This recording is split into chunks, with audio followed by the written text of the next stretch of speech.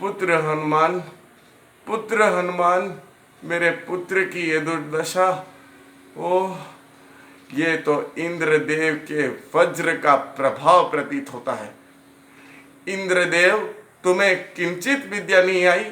मेरे पुत्र पर आक्रमण, पवन पुत्र पर वार। अब तुम भी देखो मेरा प्रकोप, मेरा प्रकोप। और क्रोधित पवन देव ने अपने आप को ही उस गुफा में कैद कर लिया। फिर क्या था?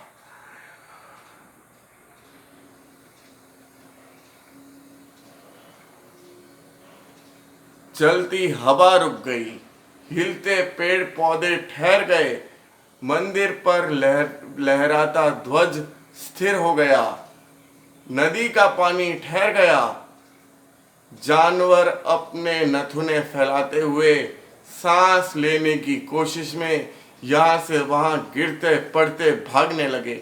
मनुष्यों का भी यही हाल हो गया। सांस लेने की कोशिश में उनका दम फूलने लगा। घबराए हुए इंद्रदेव ब्रह्मदेव के पास पहुंचे। ब्रह्मदेव, ब्रह्मदेव, घोर विपदा आन पड़ी है, संसार में त्राही त्राही मच गई है। हमें पता है इंद्रदेव, सृष्टि का जो सृजन कार्य हमने तुम्हें सौंपा था उसे ठीक से निभा नहीं रहे हो तुम। मैं तो निभा रहा हूं ब्रह्मदेव, किंतु ये सब पवन देव के प्रकोप से हो रहा है। पवन देव जी, हाँ ब्रह्मदेव, पता नहीं वे कहाँ छिप गए हैं। मैं तो उन्हें खोज भी नहीं पा रहा। हवा के बिना कुछ ही समय में सारी सृष्टि नष्ट हो जाएगी। अब आप ही कुछ कीजिए ब्रह्मदेव। हमें ज्ञात हो गया है पवन देव कहाँ हैं, वे ऐसा क्यों कर रहे हैं। हमें वहीं जाकर पता करना होगा। इंद्र, पवन देव, आप प्रणाम। ब्रह्मदेव, पवन देव, तुम यहाँ हो? तुम्हारे बगैर सृष्टि का क्या हाल है? इंद्रदेव को तुमसे शिकायत है, मुझे भी इंद्रदेव से शिकायत है। इन्होंने मेरे पुत्र पर वार किया। तुमने इस पर वार किया था, इस बालक पर? हाँ, और वो भी अपने वज्र से। वज्र से? हाँ ब्रह्मदेव, किंतु क्यों वार किया ये तो पूछिए। इस बालक ने सूर्य को अपने मुंह में भर लिया था। अगर उसे खा जाता तो इस सृष्टि का क्या होता। ये तो नादान बालक है, किंतु तुम तो समझदार हो ना इंद्र, तुम्हें इसे समझाना चाहिए था।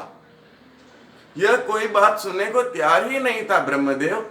हमने सृष्टि बनाई थी इंद्रदेव, तभी तुम्हें बताया था कि बालक बुद्धि और स्त्री बुद्धि बड़ी हठी होती है। उन्हें प्रेम पूर्वक समझाना चाहिए, तभी वे बात समझते हैं। किंतु ये क्यों समझाते? इन्हें तो मेरे पुत्र पर वार करके अपना शौर्य दिखाना था। अब करे संसार की सुरक्षा। ऐसा मत कहो पवन देव, हठ बुद्धि तो बालक की होती है। तुम तो बालक के पिता हो, तभी तो अपने पुत्र की पीड़ा समझ रहा हूं। ब्रह्मदेव, एक वज्र का तीखा वार, और वो भी एक नन्हे बालक पर आज हो गया पवन देव, परंतु आज के बाद कभी भी ऐसा नहीं होगा। मैं तुम्हारे इस बालक को वरदान देता हूं। और फिर ब्रह्मा जी ने नन्हे हनुमान को ये वरदान दिया कि आज के बाद हनुमान की इच्छा के बिना उन पर किसी भी सृष्ट अस्त्र का कोई प्रभाव नहीं पड़ेगा। वे आधार शक्ति के स्वामी होंगे।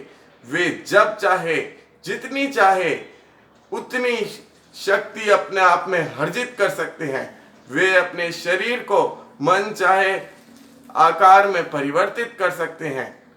स्वयं ब्रह्मा जी के मुख से ये सुनकर पवन देव संतुष्ट हो गए और गुफा से बाहर आ गए। जब तक सृष्टि रहेगी तब तक ये सृष्टि में वास करेंगे और आपको तो पता ही है, भगवान हमेशा रहते हैं और सृष्टि भी हमेशा रहती है।